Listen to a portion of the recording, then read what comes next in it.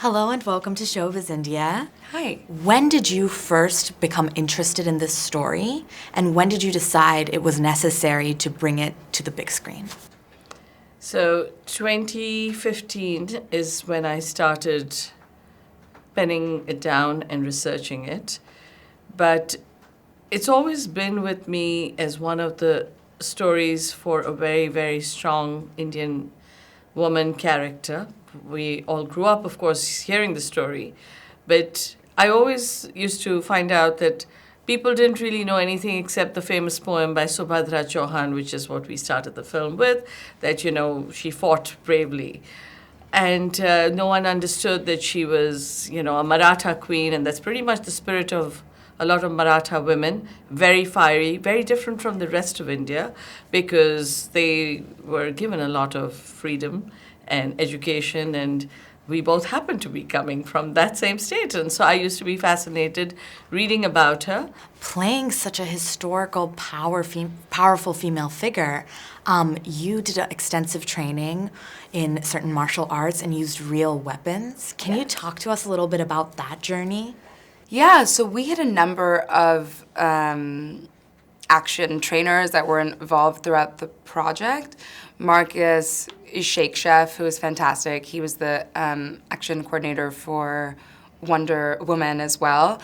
And he trained me in England with a lot of on-screen combat techniques. And then Gopa Kumarji, who is from Kerala, taught me Indian martial arts as well. So that had to do with the sword and shield, as well as the flexible sword, which is in the film.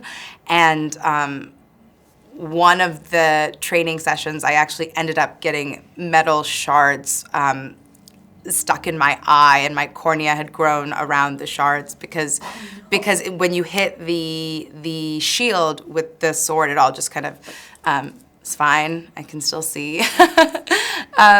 But it was definitely a long journey. All of the martial arts training, as well as the horseback riding, which took years to get to the level where I was galloping, I was doing jumps. That was an exciting thing for me. You are our greatest warriors. Now you must be a queen. By the time we were shooting, I had ripped arms and I had cut abs, but we didn't, because it's an Indian story from 1858, I didn't get to show any of that off in the way that I wish I could have. You will never surrender. She needs to be broken and destroyed. The British have not yet arrived. They are merely gathering their strength. And just so you guys know, Showbiz India is my mother's show, so I do know a little bit about the mother-daughter duo dynamic. So I wanted to ask both of you, what was it like working with your mother, with your daughter, in this film? What were some of the highlights and challenges you faced in doing so?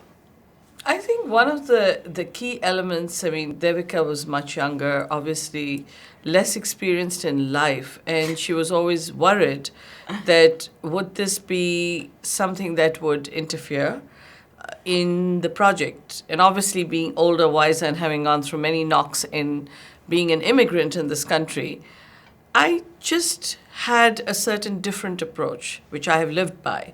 I'm not politically correct, and I just do things because I want to do it, and I'm going to do it, and it doesn't matter how. It's just getting it done.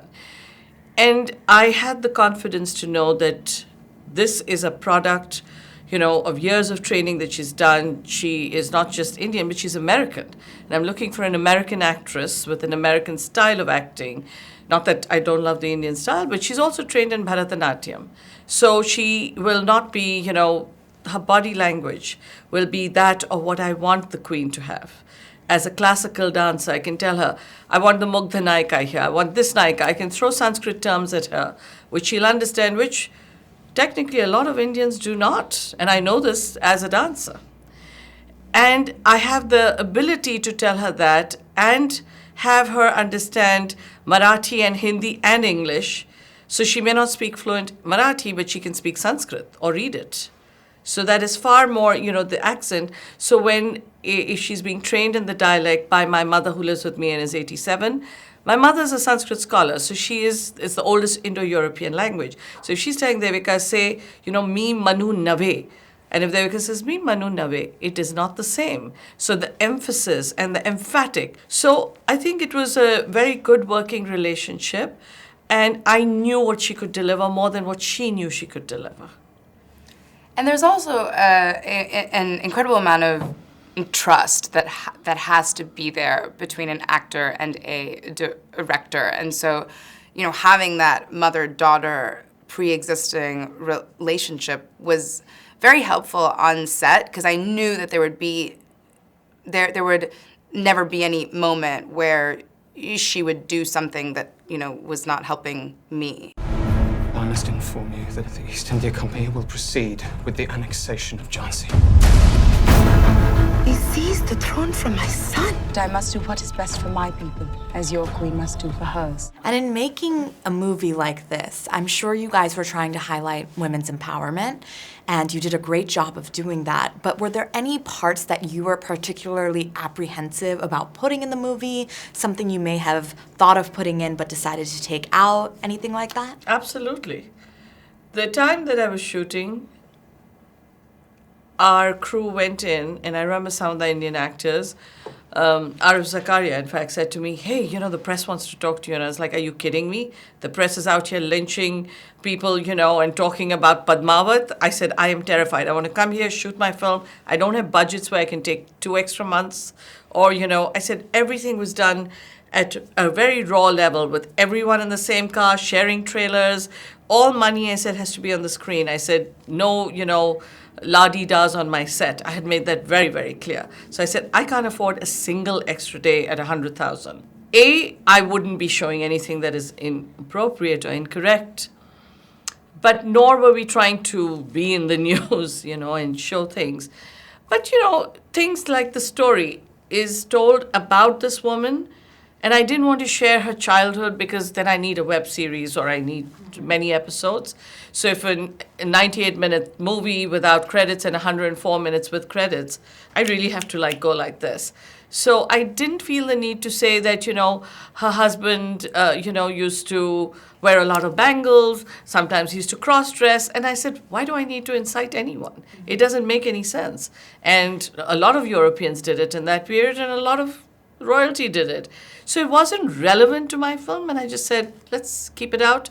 Let's use the corporations, the East India Company, the Rani, her challenges, her battles, her vulnerability, her being a mother, daughter, sister, friend, warrior. We women have several forms: mother, daughter, sister, friend.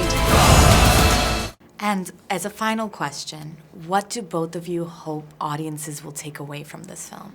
I hope that audiences see that this queen existed in 1858, and against all odds, she was able to incite real change in Indian history, really on her own, and that is something that she had to bring out of herself, and I hope that every woman can realize that they can do that. We all are warriors, and if the Rani could do it, then so can you and me and everyone else. So I really just hope people can see her story and realize that we don't have to look to Marvel for heroes. We have them. Every day we have women all around us who are heroes and who are warriors. And who are struggling. Yeah. And one thing I would like to highlight, in 1858, though she died, 90 years later we got independence because she lit the flame. And that is something very important, that it does take a lot of time. She was known as the force of resistance to an entire British army, which Ellis says that you're taking on the manpower and the gunpower. And when India got its independence in 1947, they named the first female cavalry after the Rani Lakshmibai regiment, and she started with ordinary women, a female cavalry. That says a lot. She's more than just a woman. She's an idea.